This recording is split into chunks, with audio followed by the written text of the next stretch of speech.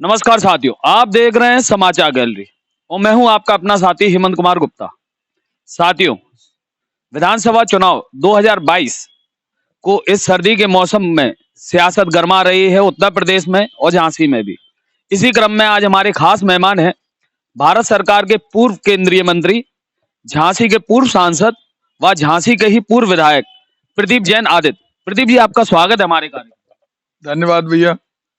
प्रदीप जी, ये देखा गया है कि झांसी की सीट जो है मुख्यतः भारतीय जनता पार्टी के उसमें रही है या कांग्रेस के। धीमे धीमे वो अपना जनाधार खोती जा रही है कांग्रेस पार्टी। तो इस बार 2022 के चुनाव में कांग्रेस की क्या रणनीति?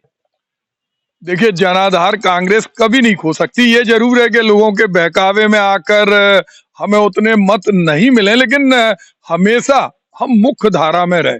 और 2022 में जो चुनाव है, हमारा सीधा एजेंडा है।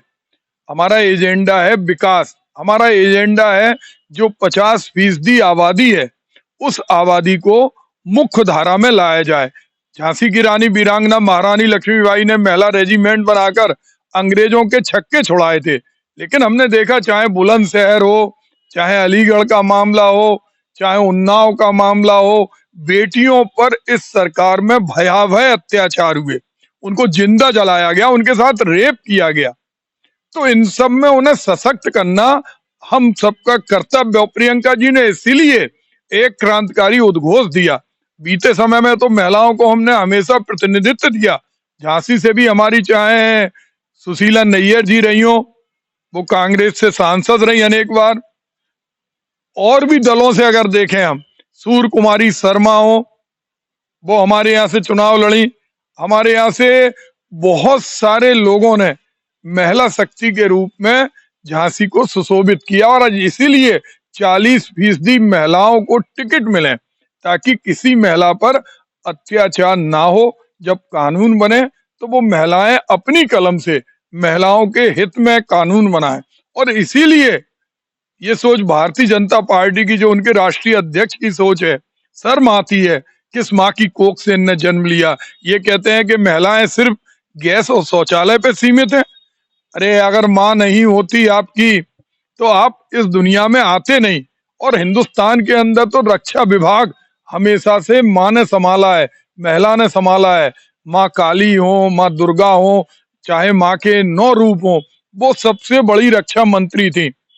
हमारी सबसे बड़ी वित्त मंत्री माँ महालक्ष्मी है, जिनकी कृपा से ही घर में धन धान्य रहता है। और ज्ञान की देवी, जिन्हें हम शिक्षा मंत्री कहते हैं, वो अनादिकाल से माँ सरस्वती रही। हम अगर भगवान राम का नाम बोलते थे तो पहले माँ सीता का नाम लगाते थे, श्याम का नाम बोलते थे तो पहले राधे माँ का नाम लगाते थे। हमारी संस्कृति में महिलाओं को सम्मान लिखा है। और इसीलिए कांग्रेस जब भी सत्ता में आई, हमने लोकसभा अध्यक्ष बनाया तो बहन मीरा कुमार को बनाया, हमने राष्ट्रपति बनाया तो मातृशक्ति के रूप में प्रतिभा पाटिल को बनाया। और यही कारण है कि आज जब उत्तर प्रदेश में लगातार महिलाओं पर अत्याचार हो रहे, उनकी आवाज को दबाया जा रहा, तो उत्तर प्रदेश में ये आवश्यकता महसूस हुई कि हमारी महिलाओं को आगे लाना पड़ेगा। और इसीलिए लड़की हूं लड़ सकती हूं, ये नारा दिया कि महिलाएं डरे नहीं, कि लोग उन्हें जिंदा जला रहे, सत्ता खामोश है, लोग गैंग रेप कर रहे, सत्ता खामोश है। ऐसे में ये नारा दिया है कि महिलाएं मुख्य धारा में आए और मुख्य धारा में आने के पश्चात अपने हक को पहचाने। और उनके लिए इसीलिए कहा है कि जो हमारी ग्रेजुएट बहनें हैं, उनको हम ई स्कूटी देंगे। हम जो हमारी 12th पास बेटियां हैं, उनको स्मार्टफोन देंगे ताकि ऑनलाइन वो पढ़ाई कर सकें। ये नहीं, जो 20 लाख नौकरियां हैं, उन नौकरियों में 40% हम महिलाओं के लिए आरक्षित कर रहे हैं। हर घर के अंदर 25,000 रुपए, चूंकि कोरोना से पीड़ित रहे लोग, आज भी लोगों के मकान टूट रहे, आत्महत्या कर रहे, पलायन कर रहे, तो उनको 25,000 रुपए नगद, उनका पिछला बिजली का बिल माफ और वर्तमान में आधा बिजली का बिल। और वीरांगना झलकारी बाई के नाम से 80 दक्षता कॉलेज खोले जाएंगे, यूनिवर्सिटी बनाई जाएंगी, ताकि हमारी मातृशक्ति ट्रेंड हो सके, मुख्य धारा में जुड़े, किसानों का कर्जा माफ हो। और हम गेहूं 2500 रुपए कुंटल उनके घर से खरीदेंगे, गन्ना 400 रुपए कुंटल खरीदेंगे। आंगनबाड़ी और जो दूसरे क्षेत्रों में हमारी मातृशक्ति काम करती है उनका मानदेय 10,000 रुपए रखेंगे। और ये कोई प्रलोभन या लालच नहीं है, आज उत्तर प्रदेश की आवश्यकता है। जिस तरह से हमारी बहनें, हमारी मातृशक्ति परेशान है, शोषित है, वंचित है, और उसको ताने सुनना पड़ रहा है राष्ट्रीय अध्यक्ष के, नड्डा जी के ताने, कितने गंदे ताने हैं। इस पर तो मोदी जी को क्षमा मांगना चाहिए कि आपकी ये सोच है, दकियानूसी सोच है। मंत्री जी, नड्डा जी जो है राष्ट्रीय अध्यक्ष, उन्होंने तो सिर्फ इतना कहा है कि महिलाओं की जो विशेष जरूरत है वो सिर्फ शौचालय व रसोई का सिलेंडर है, तो इसमें कहाँ आपको आपत्ति है? क्या बोल रहे, कभी इनने ये नहीं सोचा कि अपनी माँ से ये कह सकते कि माँ तुम्हारी आवश्यकता केवल शौचालय की है, तुम्हारी आवश्यकता केवल गैस के सिलेंडर की है। अरे किस माँ की कोख से जन्म लिया है इन्होंने जो पूरी महिलाओं के लिए ऐसे भद्दे कमेंट करते हैं। अरे महिला, हमने बताया अनादिकाल से हम राजा राम का नाम लेते हैं तो माँ सीता का लेते हैं। सीता भी एक महिला थी, राधे माँ भी एक महिला थी, महालक्ष्मी भी एक महिला है, माँ सरस्वती एक महिला है। क्या सोचकर इन्होंने कहा? प्रियंका गांधी भी एक महिला है, कल्पना चावला भी जो गई थी वो भी एक महिला थी, झांसी की रानी भी एक महिला थी। उन्हें क्या गैस के सिलेंडर और शौचालय की आवश्यकता है? वही सोच है। कैसे बच्चे बड़े होते हैं, पलते हैं, इस पर नहीं सोचा। उन पर तो मुकदमा लिखना चाहिए, महिला आयोग में इनकी शिकायत होना चाहिए। इन्होंने सारे अपने अपने पूरे के पूरे जो ढांचे को अपने अंडर में कर रखा है, सारी संस्थाओं को अंडर में कर रखा है। अहंकार इनके सर पे बोल रहा है। आज इनके लोग कहते हैं कि आजादी 2014 के बाद मिली, 90 साल की लीज पे मिली। अब तो एक नया नारा चला रहे, जो राम को लाए थे हम उनको लाएंगे। राम को ये लेके आए, माँ कौशल्या के गर्भ से जिनने जन्म लिया, जो त्रेता युग से अनादिकाल से ईश्वर, उनको ये लेके आए। प्रदीप जी, उनका कहना ये है कि राम मंदिर के लिए वो ये बात बोल रहा है। कहीं लिखी हो राम मंदिर तो आप बताइए। राम मंदिर भी इन्होंने बनवाया, राम के नाम पर चंदा वसूली की। राम मंदिर सुप्रीम कोर्ट के आदेश से बना और राम सबके आराध्य हैं। महात्मा गांधी ने मरते दम तक कहा था, हे राम। कौन ऐसा राम भक्त होगा? राजीव गांधी ने राम मंदिर का ताला खुलवाया था, कौन सा ऐसा आदमी होगा? इंदिरा जी अनेकों बार गई। हम लोग प्रतिदिन राम के भजन गाते हैं।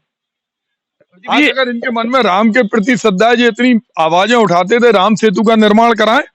वो राम सेतु जो आज इनकी बाट देख रहा है कि कब आएंगे। राम मंदिर तो सुप्रीम कोर्ट के आदेश से बना, बनवाए। मंदिर गिराने का इनका पुराना शौक है। आप देखिए, संत रविदास का मंदिर निजामुद्दीन के अंदर बना हुआ था, ऐतिहासिक मंदिर था। हजारों साल पहले की जमीन थी, सैकड़ों साल पहले उस पर मंदिर बना था।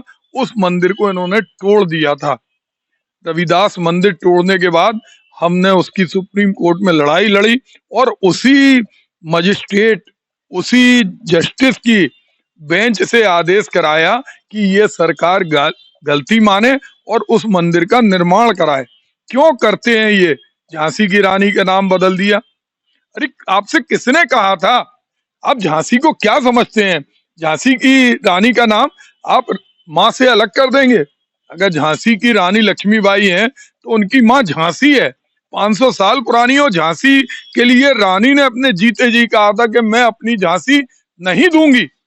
अंग्रेज नहीं छुड़ा पाई, ये छुड़ाने का काम कर रहे हैं। कौन से भंग के नशे में बैठकर ये निर्णय करते हैं? 90 साल की ली, 2014 के बाद आजादी, राम को ये लेके आए, झांसी के स्टेशन का नाम बदल दिया। इन नाम बदलने की परंपरा में तो मैं समझता हूँ कि इन्होंने पूरे देश को चौपट कर दिया, सिर्फ लोगों का ध्यान भटकाने का काम कर रहे हैं। मंत्री जी, आप बात करते थे और हम काम करते। क्या काम करते? कौन सा काम किया इन्होंने? नोटबंदी कर दी, सारे एयरपोर्ट बेच दिए, रेलवे स्टेशन बेच दी, सारी इंडस्ट्रीज बेच दी। एयरपोर्ट पर 25,000 करोड़ का अडानी के एयरपोर्ट पे आपको नशीले पदार्थों का जखीरा मिला। पीपीपी मॉडल जो है, प्राइवेट पब्लिक मॉडल जो है, वो तो कांग्रेस की ही देन है, उनके कार्यकाल में हुए हैं ये। कांग्रेस ने जहर के रूप में कोई औषधि नहीं की। अगर कोई व्यक्ति को कोई औषधि 1 ग्राम चाहिए, आप उसे 10 किलो नहीं खिला सकते। मनमोहन सरकार के टाइम उन्होंने विनिवेश को प्रोत्साहित किया था, तो इसमें भाजपा ने सिर्फ उस चीज को आगे बढ़ाया। देखिए, भारतीय जनता पार्टी बिना पढ़े लिखे लोगों की पार्टी है। इनको क्या करना है? जब राजीव गांधी कंप्यूटर लेके आए थे तो इन्होंने कहा था ये शैतान का डिब्बा है, इससे लोग बेरोजगार हो जाएंगे, हमें किसी चीज से नहीं जुड़ना है, हमें तो बैलगाड़ी युग में रहना है। और वही आज कंप्यूटर इन्होंने इंफॉर्मेशन टेक्नोलॉजी के रूप में अपना लिया। कांग्रेस ने हमेशा चाकू का प्रयोग जान बचाने के लिए किया और इन्होंने चाकू का प्रयोग जान लेने के लिए किया। विनिवेश या पीपीपी मॉडल कांग्रेस की एक अवधारणा थी कि जिन उद्योगों में पब्लिक इन्वेस्टमेंट, पब्लिक पार्टिसिपेशन के माध्यम से हम आगे बढ़ सकते हैं, वो चुनिंदा उद्योग, उनको हम विनिवेश की ओर ले जाएंगे। हमने ये कभी नहीं कहा कि जो हमारे लाभदायक उद्योग हैं, जो हमारी पहचान है, चाहे रेलवे हो, चाहे रेलवे स्टेशन हो, एयरपोर्ट हो, बैंक हो, बीएचईएल हो, इनका हम विनिवेश करें। ये तो खुलेआम एक दो उद्योगपतियों की जेब में पूरे देश के 135 करोड़ लोगों की दौलत डालने का काम, और एजेंट के रूप में ये सरकार बैठी है। पढ़े लिखे नहीं है। जीएसटी में 500 से ज्यादा इन्होंने प्रावधान किए। किसानों के 3 काले कानून अचानक इनकी समझ में आ गए कि खराब हैं। जब 700-800 किसान मर गए, जब तक इनको कुछ नहीं लगा। जब इन्हें लगा कि हिमाचल में नड्डा जी के मोहल्ले में जमानत जब्त हो गई, उस समय इन्हें काले कानून वापस ले लिए, फिर गलती मानने लगे। अरे ये वही हैं जो कहते हैं वो करते नहीं है, और जो करते हैं उसको पछताते हैं। इनको मालूम ही नहीं रहता। अब देखिए, नोटबंदी के समय कहा था काला धन रुक जाएगा, आतंकवादी घटनाओं पर रोक लग जाएगी, स्वर्ग बन जाएगा।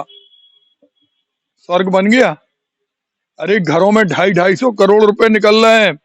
आप जिस नोटबंदी की बात करते थे प्रधानमंत्री जी, महीनों आपने पूरे देश को परेशान किया और सालों की अर्थव्यवस्था पीछे कर दी। सिर्फ एक बिना पढ़ी लिखी सरकार का जो काम था वो किया। आज ये बिना पढ़ी लिखी सरकार, मैं आपको कहना चाहता हूँ, देश के सबसे बड़े मंदिर में झूठ बोलती है।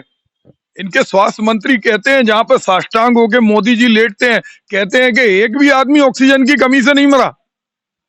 आप देखिए, इनको झूठ बोलने में महारत है। आरोप प्रदीप जी आपकी पंजाब सरकार पर भी लग रहे हैं। भारतीय जनता पार्टी का कहना है कि जो प्रधानमंत्री है पूरे देश का होता है, और उसकी सुरक्षा में जो चूक हुई है वो पंजाब सरकार की वजह से हुई है। आप इसको कैसे लेते हैं? देखिए, इसमें तो आप मुझे क्षमा करिए, भारतीय जनता पार्टी की प्रधानमंत्री की सभा में कांग्रेस ही नहीं पहुंच सकते। आपके 200-400 आदमी जुड़े तो उसके लिए हम थोड़ी जिम्मेदार हैं। जो सुरक्षा की मामला है, रैली की बात नहीं हो रही। कोई नहीं, आप रैली स्थल पर गए नहीं, आपने अपने आप रूट बता दिया, और उस रूट की जिम्मेदारी एसपीजी और आईवी जो सेंट्रल गवर्नमेंट के अंडर में है, उनकी जिम्मेदारी होती है कि वो जिस राज्य में जा रहे। राज्य सरकार ने 10,000 पुलिस वाले इनकी सुरक्षा में लगाए थे। लेकिन अगर आप पहले कह देते कि भैया 2 लाख कांग्रेसी इकट्ठे हो जाएं उनकी बातें सुनने के लिए, तो बिल्कुल ठीक हो जाता। पाकिस्तान में आप बिना बताए उतर गए, बिना आप किसी से गए, तो आपको खतरा नहीं लगा। लेकिन पंजाब अपनी माटी में, उस माटी को इन्होंने इस तरह से अपमानित करने का काम किया कि मेरी आधा घंटे में जान पे बनाई, मैं जान बचा के भागा। अरे प्रदर्शनकारी हैं, हमेशा करते रहे, पहले भी प्रधानमंत्रियों के सामने प्रदर्शनकारी करते रहे। कौन सी ऐसी चीज दिखाई दी जिसको इतना ये चिल्ला रहे हैं? कहाँ इनकी जान को खतरा था? वो भी इसी हिंदुस्तान के हमारे मोदी जी। वो बताएं, पंजाब की माटी में कहीं किसी ने उनके ऊपर एक वो किया हो? किसान थे, पहले से कह रहे थे कि हम प्रदर्शन करेंगे, और करते हैं। लोकतंत्र में भारतीय जनता पार्टी के लोग रोज कहीं पंजाब में करते हैं, कहीं राजस्थान में करते हैं, मुख्यमंत्री का घेराव करते हैं, लेकिन इसमें कहीं से कांग्रेस नहीं है। इनकी एसपीजी और आईवी के खिलाफ गृह मंत्रालय को कड़ी कार्रवाई करना चाहिए कि वो जानबूझ के, इनके पास इतनी एडवांस टेक्नोलॉजी होती है और गूगल पे सारी चीज दिखाई देती है कि कौन से रास्ते से जाना है, उस रास्ते पर स्टेट गवर्नमेंट के अधिकारी मानने के लिए बाध्य होते हैं कि वहां पर पूरी की पूरी सिक्योरिटी हो। प्रदीप जी, आपकी जो राजनीति है वो काम क्या भटक रही है क्या? पूरी तरह भटका दी इन्होंने पेट की रोटी की लड़ाई है, काम की लड़ाई है। इन्होंने कहा था 2.5 करोड़ लोगों को रोजगार देंगे, आज कुछ नहीं, बांट दिया। प्रदीप जी, लड़ाते हैं। ये मुल्क हमारा गंगा जमुना तहजीब का मुल्क है। अगर झांसी की रानी लक्ष्मीबाई थी तो तोपची गुलाम गोस्खा थे, राम और रहीम के नाम एक साथ लिए जाते थे, और आज नफरत की दीवार खड़ी करके सिर्फ वोट बांटने का काम कर रहे हैं। अरे आप भारत माता की बात करते हैं, ये भारत माता का अपमान नहीं है कि झांसी का नाम बदल दिया? जिसने बदला, अगर केंद्र सरकार जिम्मेदार है तो उन पर राष्ट्रद्रोह का मुद्दा चलना चाहिए, या वो जिम्मेदार हैं जिन्होंने इसमें मिस्टेक की है उनके खिलाफ देशद्रोह का मुकदमा क्यों नहीं चल रहा? कि 500 साल पुराना बुंदेले राजा मतकर शाह ने जो नाम दिया था जिस झांसी का, उस नाम को किसने बदला? और लापरवाही है तो इतनी बड़ी लापरवाही पर उस पर राष्ट्रद्रोह का मुकदमा चाहिए। अगर वो कहते हैं, हमारे सांसद जी कह रहे हैं कि वो क्लेरिकल मिस्टेक है, तो कौन सा क्लेरिकल इतना बड़ा पावरफुल हो गया कि वो झांसी का नाम बिना भारत सरकार के गृह मंत्री, रेल मंत्री और सांसद की अनुशंसा के बिना हटा दे? और हटाया तो उस पर राष्ट्रद्रोह का मुकदमा करो, माफी मांगे। वो सरकार को माफी मांगना चाहिए कि हमने बहुत बड़ा खिलवाड़ किया है। खिलवाड़ करने का हक किसने दिया? इन्हें हटा दिया, अब हटाने के बाद जोड़ेंगे। अरे ये तो वही हुआ कि पहले आप हर चीज में पहले कानून बनाते फिर वापस लेते। प्रदीप जी, झांसी सदर सीट की बात करते हैं। एक टाइम पर जब भारतीय जनता पार्टी ने झांसी सीट पर कब्जा कर रखा था, तो शहरी क्षेत्र के युवा प्रत्याशी आपको बनाया गया। जी उसके बाद झांसी की जनता ने आपको प्रचंड बहुमत से जिताया। जी आप उसके बाद सांसद में भी आपको चुनाव में जिताया, और उसके परिणाम स्वरूप आप केंद्रीय मंत्री बने। क्या इस बार भी ऐसा ही कोई युवा शक्ति लाने की आप सोच रहे हैं जो झांसी शहर की हो? देखिए, बीते समय में लोगों की हम लोगों पे बेपनाह मोहब्बतें थी, जो हम आज भी देखते हैं कि कायम है। और हम चूंकि इस बार चुनाव नहीं लड़ रहे हैं, हमने अपने नेता से आग्रह किया, हम सारी बुंदेलखंड की सीटों पर प्रदेश में काम करना चाहते हैं। तो हमने जो प्रत्याशी, हमने उनसे कहा प्रत्याशी का आप चयन करके हमें दीजिए, हम उनको जितवाएंगे। और झांसी की जनता बदलाव चाहती है, वो चाहती है कि कांग्रेस मुख्य धारा में आए, लोगों की गगनचुंबी अट्टालिकाएं बनी, गाड़ियों के लाव लश्कर बने। प्रत्याशी क्या इस बार शहरी क्षेत्र का होगा, युवा होगा, निश्चित रूप से आपकी परछाई होगा? नहीं, मैं समझता हूं हम सब लोग कांग्रेस के कार्यकर्ता हैं, और कांग्रेस के कार्यकर्ता होने के नाते हमें एक एक व्यक्ति में अपना प्रतिबिंब दिखाई देता है, क्योंकि हमने भी पहले वार्ड की राजनीति की, छात्र राजनीति की, युवक कांग्रेस में राजनीति की। तो हम चाहते हैं कि जो हमारे संघर्षशील साथी हैं उनमें से जिसको भी हमारे हाईकमान तय करेंगे, हम पूरी ताकत से उसे जिताने का काम करेंगे। तो साथियों, ये थे हमारे साथ पूर्व केंद्रीय मंत्री प्रदीप जैन आदित्य, जिनका कहना है कि भाजपा की कथनी और करनी दोनों में बहुत अंतर है, और जो अपनी मातृभूमि के प्रेम के लिए आज काफी स्तब्ध है कि झांसी रेलवे स्टेशन का नाम जो बदला गया उसमें झांसी नहीं लगाया गया है।